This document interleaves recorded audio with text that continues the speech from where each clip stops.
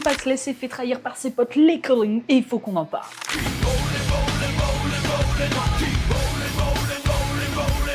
Bon, pour ceux qui sont pas au courant, hier soir à NXT c'était Gold Rush et Tatum Paxley défendait son titre face à Jessie Jane. Et ça s'est terminé par une Tatum trahie qui se prend le pied d'Izzy Dame en pleine bouche avant de subir le tombé de Jessie qui retrouve sa ceinture. Bon, déjà je suis pas une grande fan du concept de donner un second run à Jessie Jane, mais bon, admettons. Et ensuite, mais mon dieu que cette histoire est cool. On savait que la trahison n'était pas loin, hein, ça faisait plusieurs semaines que Tatum n'était plus sur la même longueur d'onde que ses collègues, l'a-t-elle seulement été un jour? Et je suis très contente de ce qui a été fait. En fait, depuis le début, je suis assez fan de ce qui est proposé avec The Culling. Même quand il y avait l'autre, là, celui qui s'est fait virer du groupe, Brooke Jensen, Izzy Dame a rejoint et a magnifié le délire. Qu'est-ce qui manquait du coup? Un semblant de sympathie. Et comment tu les rends sympathiques, ces personnes hyper dark?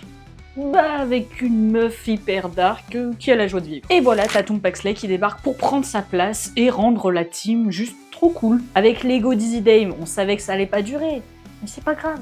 L'histoire est belle. Personne n'aurait pu s'en prendre à Tatum qui est si solaire dans son obscurité, et pour ça, Izzy, tu es la plus diabolique. Et la plus classe, on va pas se mentir. J'espère maintenant que la suite de la rivalité sera à la hauteur, que Tatum Bebou va avoir sa vengeance et que elle redevienne championne, tout simplement. Et sur ce, à la prochaine.